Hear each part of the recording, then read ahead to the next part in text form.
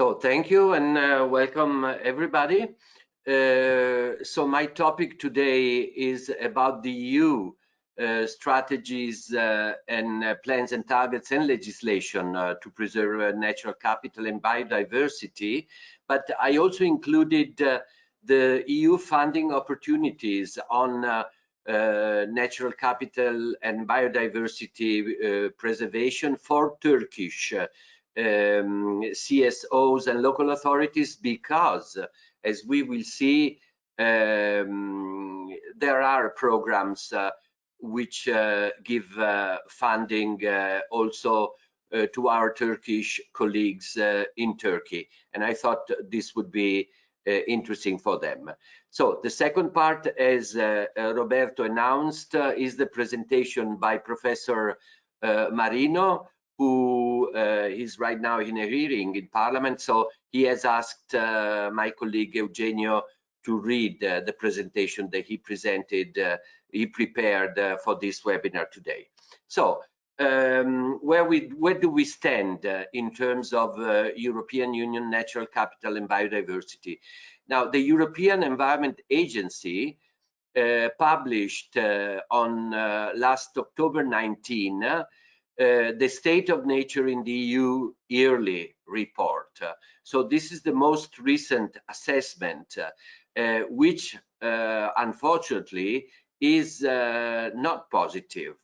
Here you have the summary prepared by the agency with a statement by the Commissioner for the Environment, Oceans and Fisheries in the current Commission, who assesses this state of nature as the most comprehensive health check of nature ever undertaken in the European Union. And the summary is a concerned and worrying one. I quote: "Unsustainable farming and forestry, urban sprawl and pollution are the top pressures to blame for a drastic decline in Europe's biodiversity, threatening the survival of thousands of animal species and habitats." We are in a, let's say, dangerous situation. The background are the two nature directives, major ones, by the European Union, the Habitats and Birds directives, and the assessment by the European Environment Agency is based on the data reporting from all EU member states. And as you can see, the percentages are negative. Around half of the 463 bird species in the European Union have a good status, which is, however, 5% less than during the previous reporting period. The proportion of birds with poor or bad status has increased by 7%, and only 15% of the habitats assessed have a good conservation status in the European Union, with 81% of them poor or bad conservation status. So it's a worrying situation. As I will elaborate more later, Turkey, within the pre-accession status to the European Union, is also part of the European Environmental Agency. And on the page that I included, that you find at the bottom of this slide, you will find EEA content in Turkey and about Turkey in Turkish. So I think this can be a good resource reference for your work in Turkey, quoting European Environmental Agency data and materials. Now, the strategies, plans, targets, and legislation. So over the last 25 years, so the involvement of the EU with natural capital and biodiversity goes back to 25 years. And in spite of the worrying situation right now, let's say the positive, the half full glass are the legislative with the directives I mentioned before, and the Natura 2000 network, which brings together and protects natural areas from the very Nordic border of the European Union in Finland and Sweden down to the Mediterranean shores.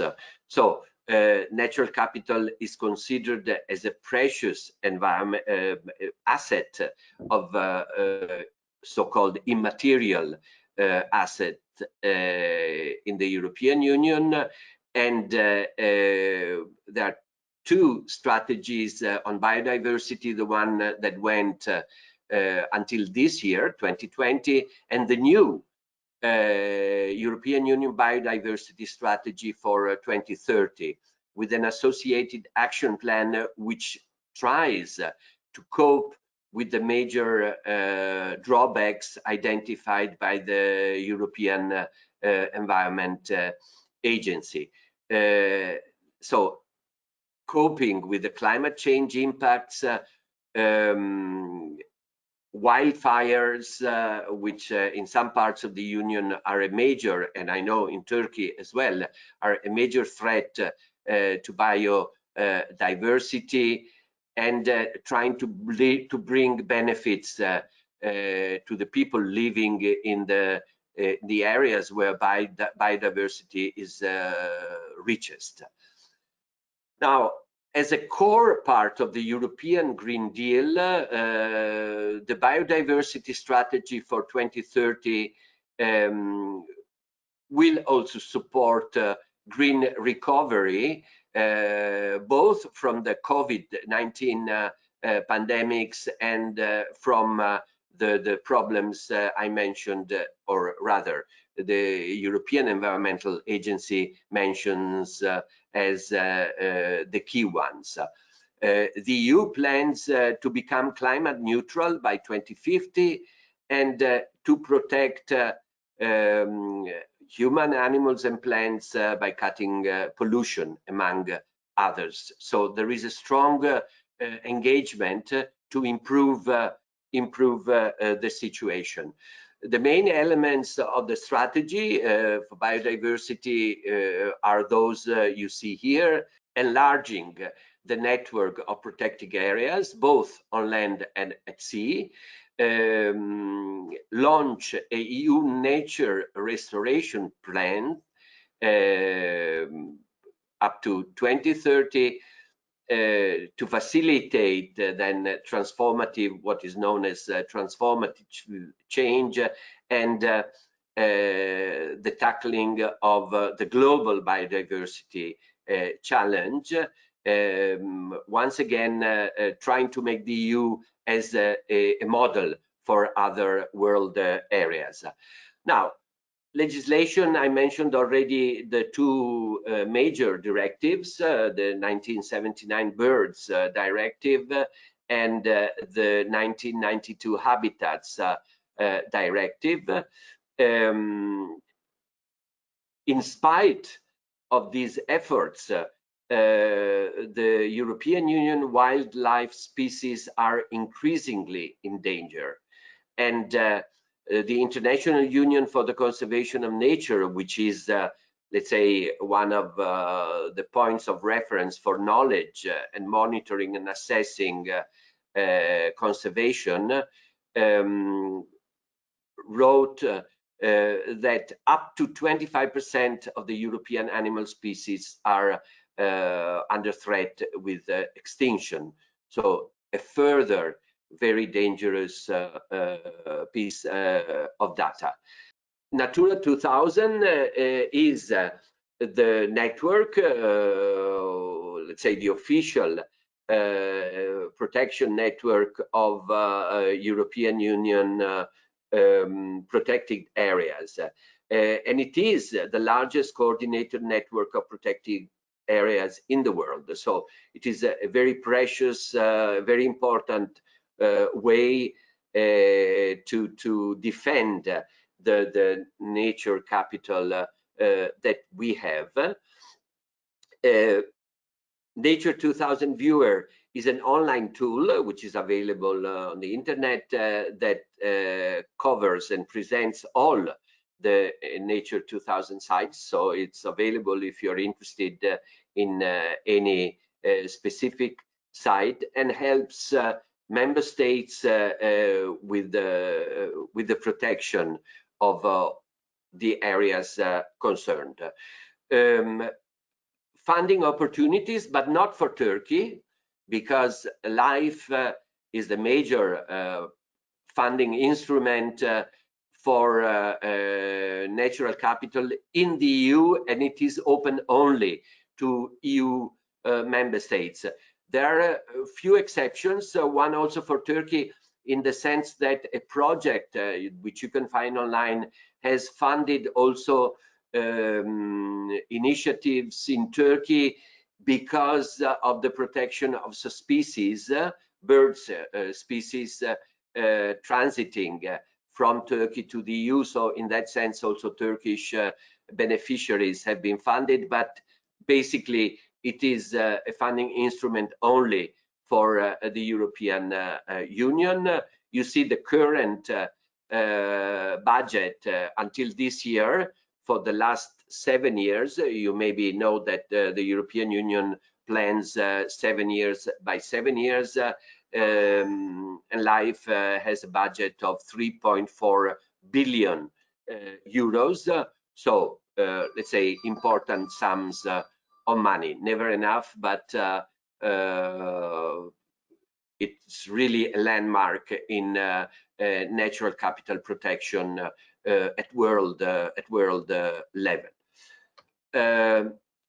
One additional facility I wanted to mention is because it signals a growing interest by the finance world, is the European Investment Bank's natural capital financing facility. So also the European Investment Bank, which is the biggest public bank belonging to the 27 European Union member states, has opened this natural capital facility, which is still in the pilot phase, but so projects for the time being are funded until the end of next year, and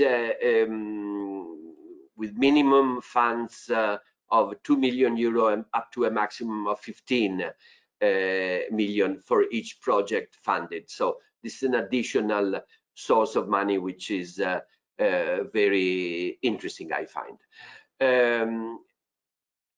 As I was mentioning, both LIFE and natural capital facility, financing facility, are for the time being open only to European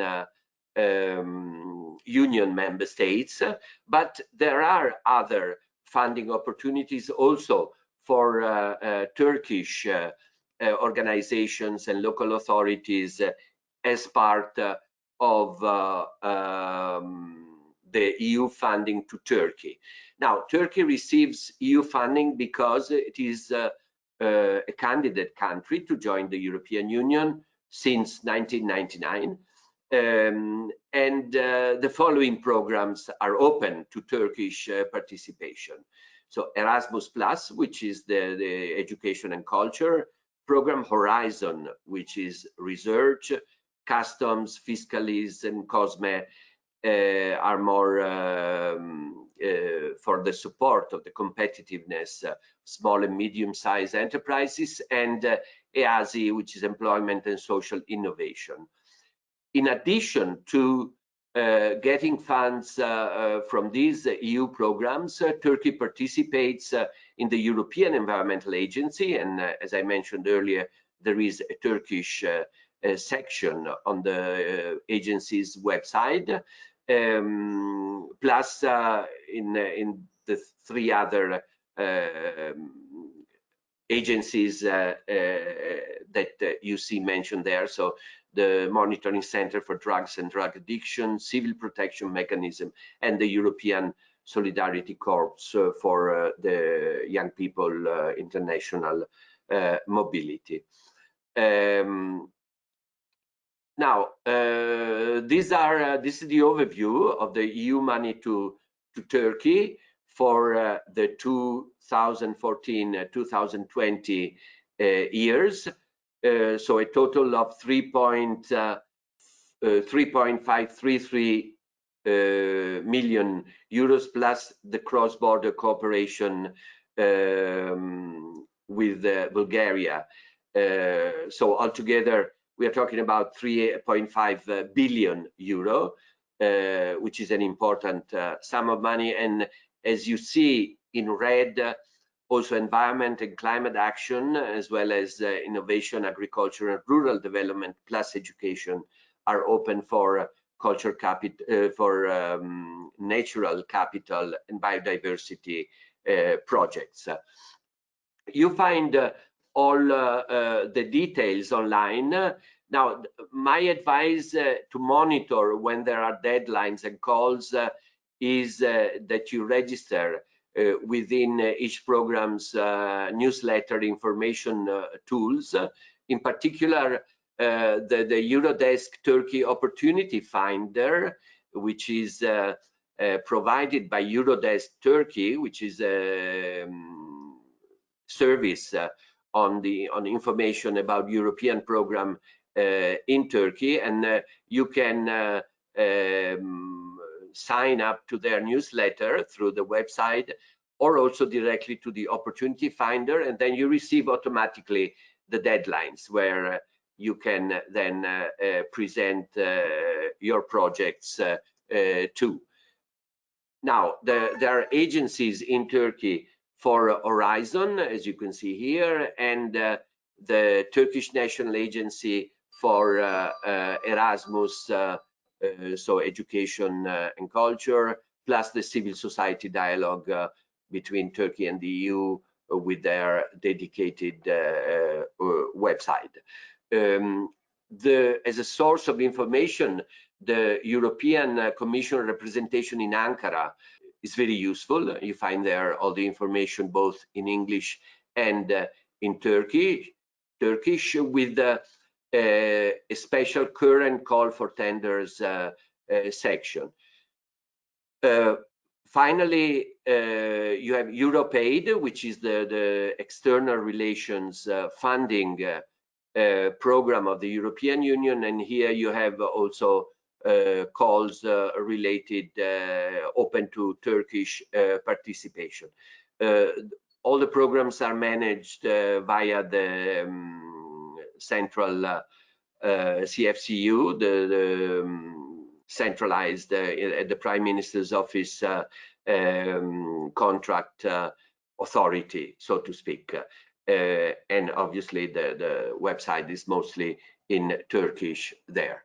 Thank you very much for your attention. I remain at your disposal for any questions now or later on, in case you use this presentation with your colleagues later on. And this is the email address where I can be reached, and if you drop me a line and I will answer, trying my best to provide you with the detailed answers to your questions. Thank you very much again. Teşekkür. Thanks a lot, Sergio. I'm Eugenio Barchesi here. Good morning, everybody. Good afternoon, let's say. I would say let's give a couple of minutes to the participants if they have any questions. So as I already wrote, you can write your question in the chat window on your down right, in the question window, and I will read them to Sergio if there are any for him. So just 1 or 2 minutes. In the meantime, I remember to the participants that all the recorded videos of the webinars and the materials shared by the speakers will be available on our website on chiatoclub.org in the project session, the SCSD-SD section on the website. It's very easy to find. You find it in the homepage just by clicking on the flags, on the Turkish and EU flags. You find on the homepage. And so I don't see questions for the moment. So I would say let's go on. Maybe I can give just 2 or 3 minutes break and I go on with the presentation of Mr. Davide Marino. I will, as Roberto already announced before, I will replace him today because he had an important audition at the Chamber of Deputies, National Chamber of Deputies. So I will share his PPT. So I will, as I said, this is a presentation by Professor Davide Marino from the University of Molise about the natural capital and biodiversity, and in particular about the concept of natural capital and ecosystem services. See them later. I am Eugenio Barchesi, I'm the International Youth Coordinator in Kyoto Club, and for today I will share this presentation. Just before starting, I wanted to tell you that this is a reduced version of the presentation, not too long, but since Professor Davide Marino kindly sent us an extended version, which is more detailed, has some more technical slides. On our website, it will be available the full version, so that you can download it.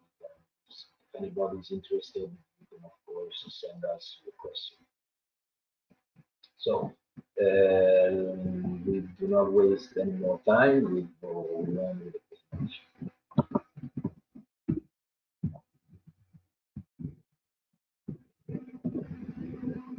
So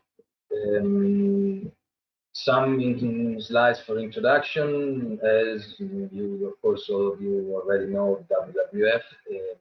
There's a program named PES, Payments for Environmental Services, which started in mid years 2000, more or less. The payments for environmental services are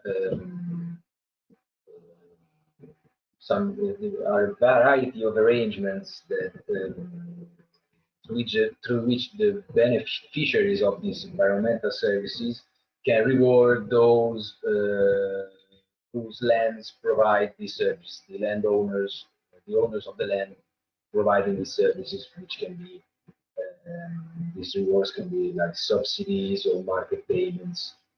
We will see later on which are these environmental services, which later on in the years have been renamed like ecosystem services. Just to show you this graphic, which gives a projection from the urban and rural global population until 2050. As you can see, from 2005 more or less onwards, the urban population overcome the rural population, and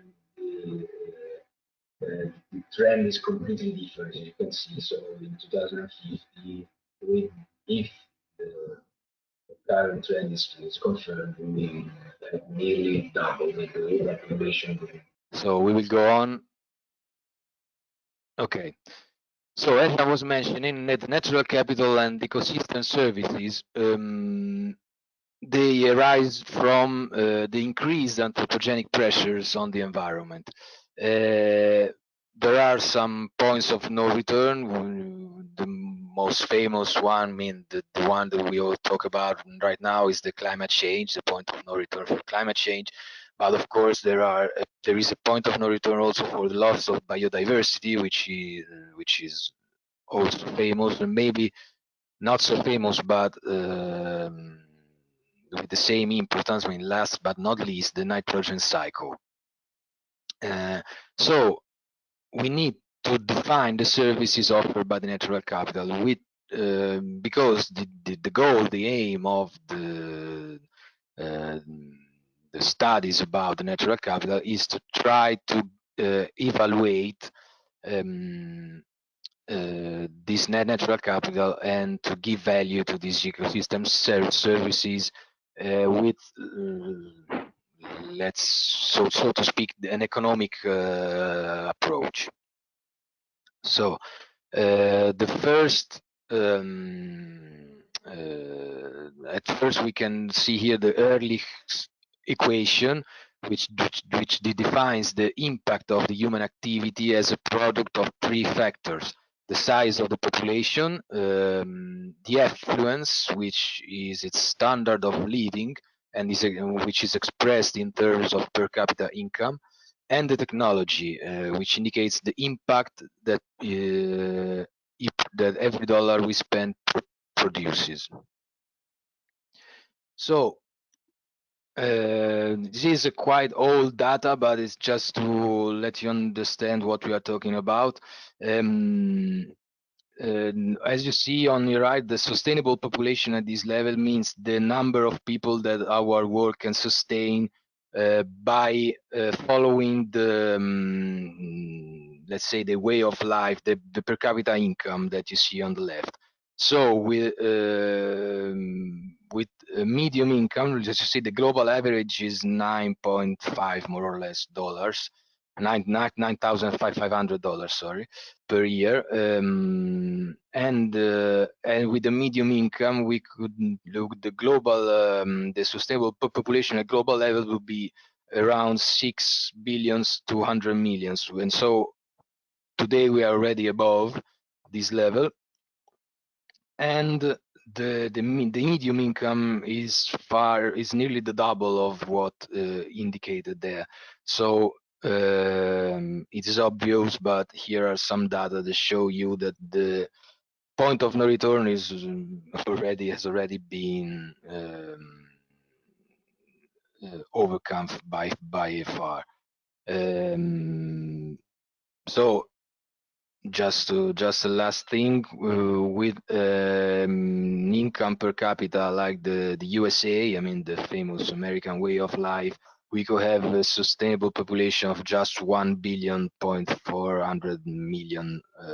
of human beings on our planet. So there is something we have to change. It seems obvious. Talking about point of no return, the Earth overshoot day of 2020 fell on August 22. So what does it mean? That on that day we began to use more from nature than our planet can renew in the whole year. So the sustainability of our life on this planet this year ended on August 22.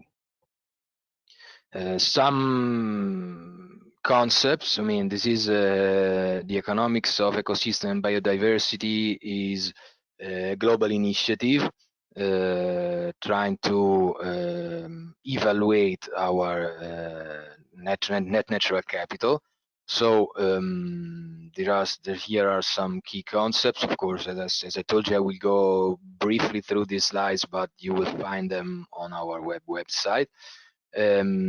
Just to give you some spots, like for example, we are still learning about the nature of value, expanding our concept of capital to include the human, social, and natural capital. So first of all, we need to recognize the existence of these different capitals to get closer to sustainability.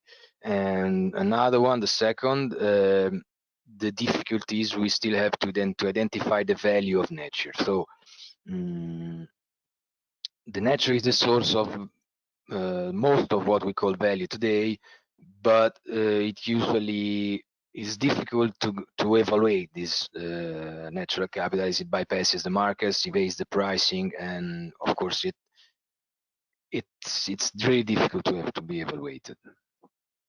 Another platform, this is an intergovernmental platform which has right now 121 members, maybe some more, since this is not very much updated, but by the way, These are some examples that of the platforms, the global platform existing on the evaluation of the natural capital. So here you can find some materials, documents, the latest news, latest publications on the natural capital.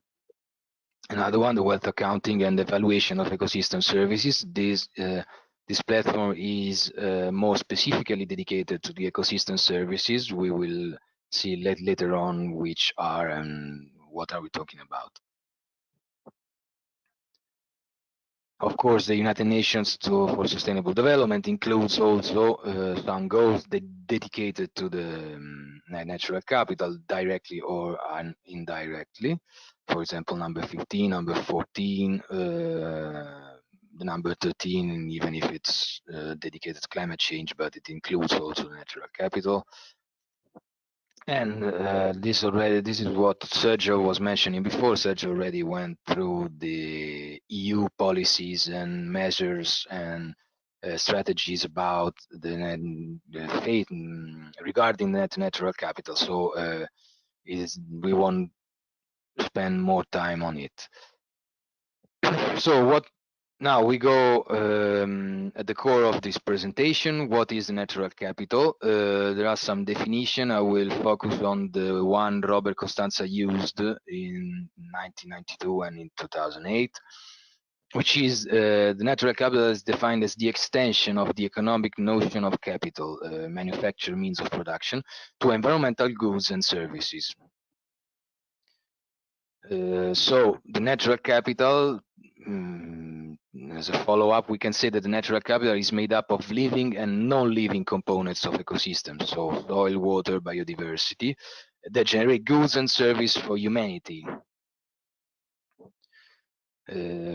So, as I told you before, to evaluate the natural capital is quite difficult, and there are some studies trying to find a way to evaluate it with an economic approach. So why natural capital is also company capital? Because the state of health, vitality, and resilience of the natural system is a guarantee and prerequisite for the health, well-being, and development of human societies. This is obvious, but often forgotten. Companies have as the very basis of their existence the use of natural capital, like for example, minerals, fuels, soils, water, agricultural products, sea products, pharmaceuticals from biodiversity, chemical, technological products, etc. And the natural capital is also a key pillar for the green economy and circular economy, some more recent approaches.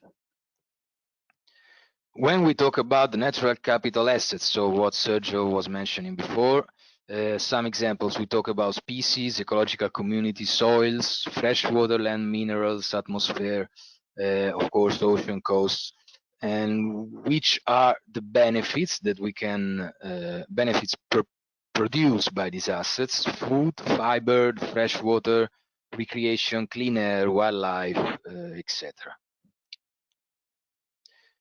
Here is a stylized interpretation, so this graphic is not does not represent the reality. It's just a stylized interpretation of what could happen in the coming years if we do not change our policies. The year 2015, as current level of natural capital is chosen because 2015 was the year of the Paris Agreement, the signature of the Paris Agreement. So as you can see, with the business as usual, our loss of natural capital will be really high. If we implement some protecting measures, we would still have a loss of natural capital, smaller than the business as usual, but anyway a loss.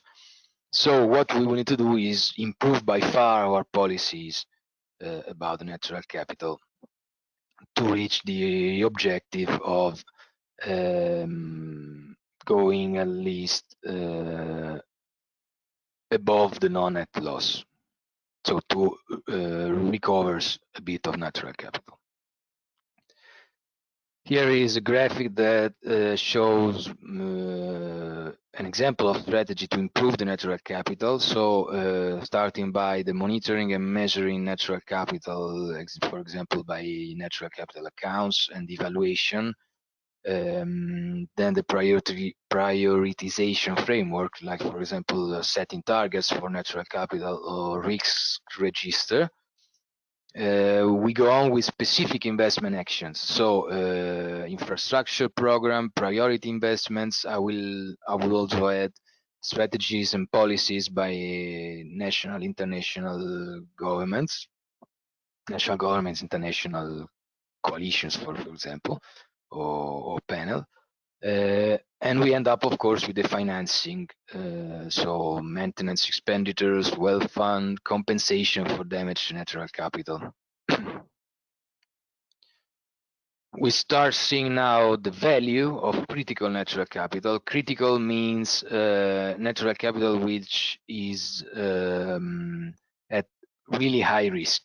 So critical risk means that the value is infinite. So the natural capital which is disappearing has infinite value.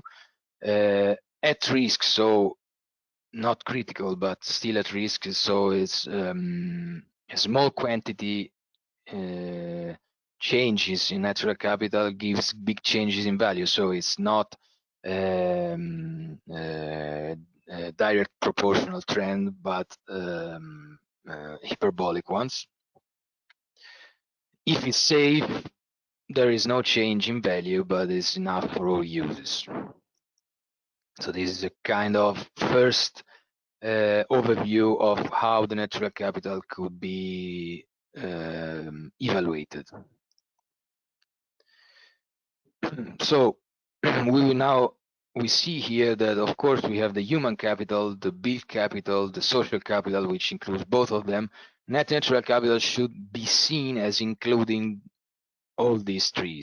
So thanks to the interaction of the built and human and social capital and the ecosystem services deriving from the natural capital, we reach a sustainable human well-being. Here is a flux diagram showing how it could be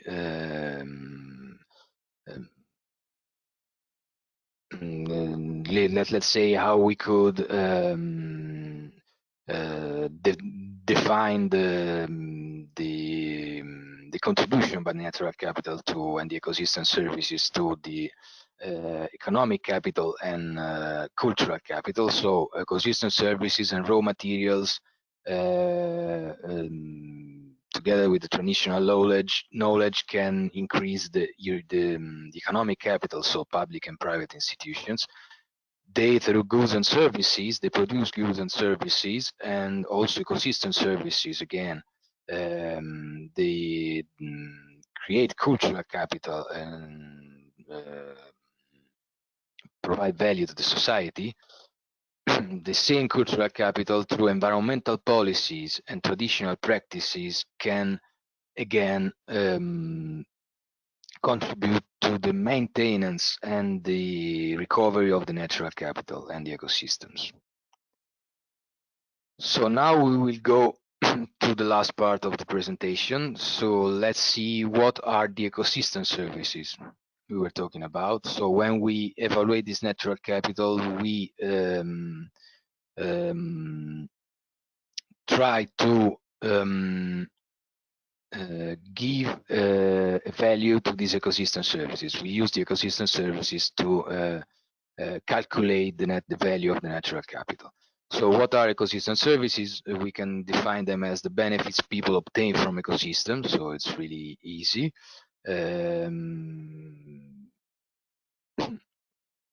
So you can see there are provisioning services like clean water, fish, food, pollination, regulating services, so control flooding, which is important, of course, for climate change, clean air, carbon storage, cultural services. Natural capital can contribute to the recreation, education, aesthetic, of course, habitat.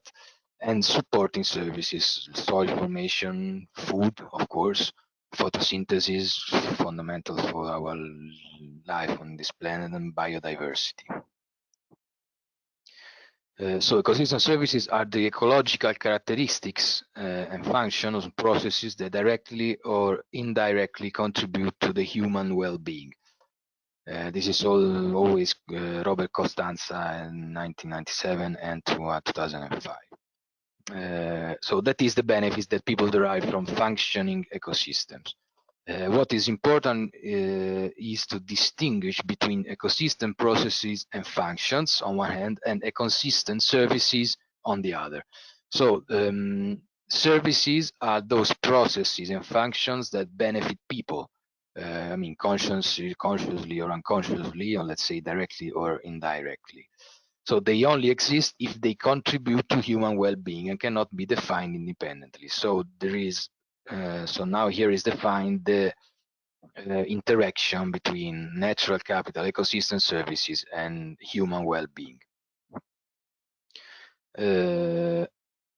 Going on, ecosystem services, we can say that they represent a very anthropocentric, instrumental, or utilitarian view of nature. So to speak, the nature only exists to service humans. So notion of ecosystem services implies the recognition that humans depend for their well-being and their very survival on the rest of nature. So we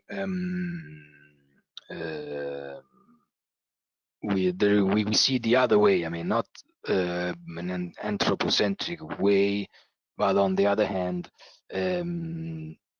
putting back the nature at the center. So Homo sapiens is an integral part of the current biosphere.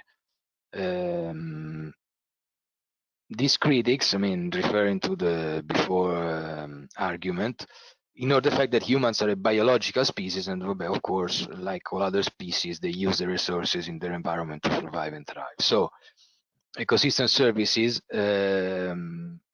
it's true that they can be seen as an anthropocentric view, let's say, but on the other hand, we can the real definition should take into account that human depend for the well-being on the rest of nature and not the contrary. Here is a simplified model of relationship between environmental functions and human benefits. Biosphere, so the natural capital is biosphere, environmental function and human benefits, they are all linked one to another. Some definitions. I would like just to highlight here that from 2007 onwards, the human well-being started to appear into the definitions of ecosystem services. And of course, ecosystem services exist only in relation to human values. So these are not objectively out there waiting to be discovered, but they are socially constructed, so related to the human activities. So services are the production of benefits, of course, this is definition. So as I mentioned before, there are four different types of ecosystem services. Provisioning services, we can be defined as ecosystem's ability to provide resources. Regulating services, that can be defined as the ecosystem's beneficial regulatory process.